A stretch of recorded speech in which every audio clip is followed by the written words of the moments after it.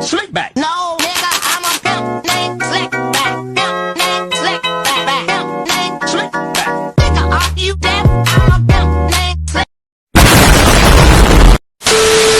Assalamualaikum warahmatullahi wabarakatuh. Dalam video kali ini saya akan membahas tentang kerajaan Islam yang ada di Sumatera.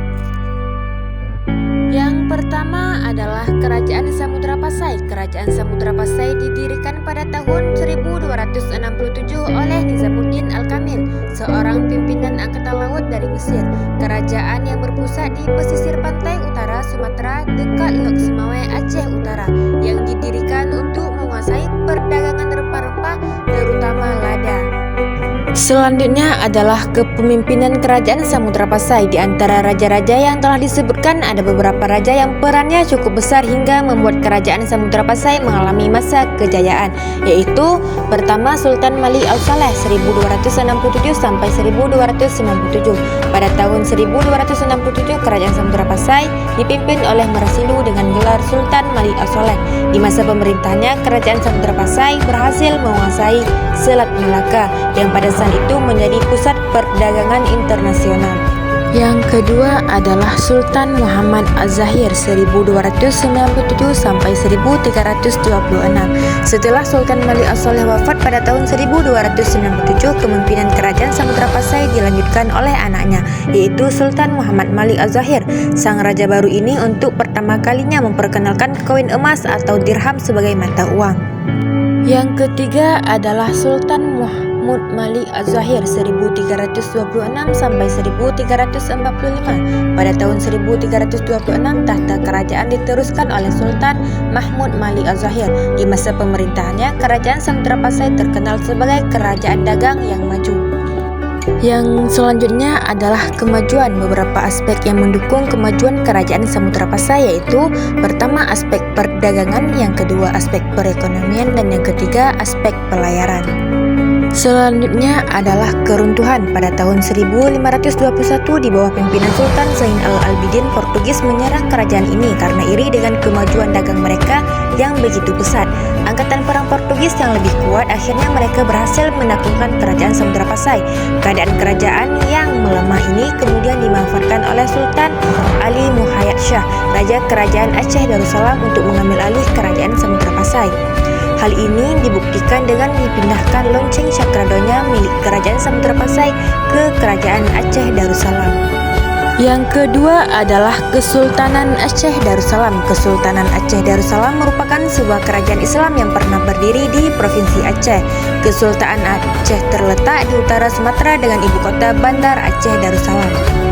Kemudian pada abad 15, Kerajaan Aceh didirikan oleh Muzaffar Shah, terletak di Pulau Sumatera bagian utara dekat dengan jalur perdagangan dan pelayaran internasional. Wilayahnya terbentang dari daerah Deli sampai semenanjung Malaka. Selanjutnya adalah kehidupan politik. Di bawah Sultan Ali Muhayyad Shah, kekuasaan Kerajaan Aceh melakukan perluasan ke beberapa daerah yang berada di daerah Daya dan Pasai. Di bawah Sultan Salahuddin, kerajaan mulai goyah dan mengalami kemerosatan yang tajam akibat kurang memperdulikan kerajaan. Di bawah Sultan Alauddin Riyad Shah Al-Kahar, dia melakukan berbagai bentuk perubahan dan perbaikan dalam segala bentuk pemerintahan Kerajaan Aceh.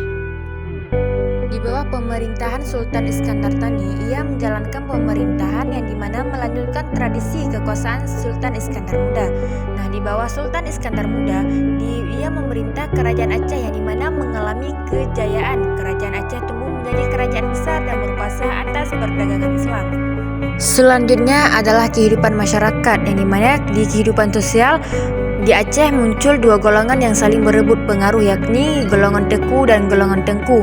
Nah, di kehidupan ekonomi, Kerajaan Aceh berkembang pesat. Daerah yang subur banyak menghasilkan lada. Selanjutnya adalah masa kejayaan dan kemunduran. Kesultanan Aceh mengalami masa keemasan pada masa kepemimpinan Sultan Iskandar Muda. Nah, kemunduran Kesultanan Aceh Darussalam bermula sejak pengangkatan Sultan Iskandar Thani. Kemunduran Aceh Darussalam disebabkan oleh beberapa faktor, diantaranya ialah makin menguatnya kekuasaan Belanda di Pulau Sumatera dan Selat Melaka. Selanjutnya adalah kerajaan Islam yang ada di Riau. Nah, Kerajaan Islam yang ada di Riau dan Kepulauan Riau menurut berita Tommy Pires adalah Kerajaan Siak, Kampar, dan Indragiri. Sebelum bercorak Islam, ketiga kerajaan tersebut merupakan bagian dari kekuasaan Kerajaan Melayu dan Singasari Majapahit. Setelah Kerajaan Hindu-Buddha mengalami kemunduran, ketiga kerajaan memiliki hubungan dagang dengan Selat Malaka. Pada masa pemerintahan Sultan Mansur Shah, ketiga kerajaan dikuasai oleh Kerajaan Malaka Islam.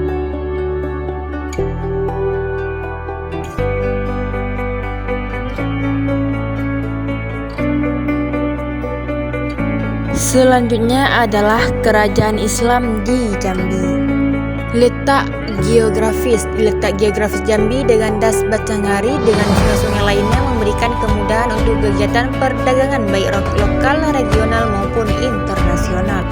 Kemudian Kesultanan Jambi. Wilayah Jambi dulunya merupakan wilayah Kerajaan Melayu dan kemudian menjadi bagian dari Sriwijaya. Pada akhir abad ke-14, Jambi merupakan vasal Majapahit dan pengaruh Jawa masih terus mewarnai Kesultanan Jambi selama abad ke-17 dan ke-18.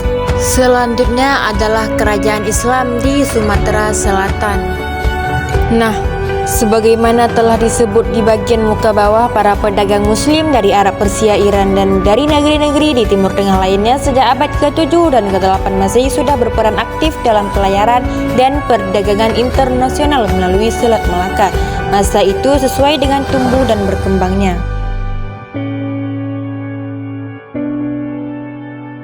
Selanjutnya adalah Kerajaan Islam di Sumatera Barat. Ada beberapa pendapat yang mengatakan bahwa Islam datang dan berkembang di daerah Sumatera Barat baru sekitar akhir abad ke-14 Masehi atau abad ke-15 Masehi, dan Islam sudah memperoleh pengaruhnya di Kerajaan Besar Minangkabau.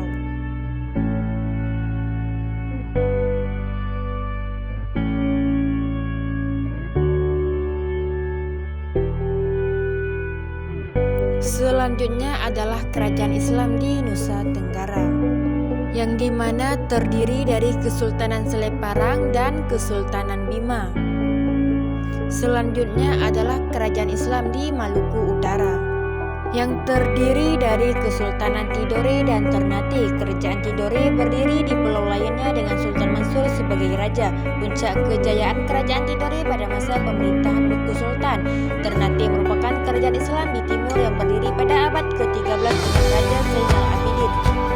Selanjutnya adalah Kerajaan Islam di Sulawesi, yang terdiri dari Kesultanan Gorontalo. Dan yang kedua adalah Kesultanan Brunei.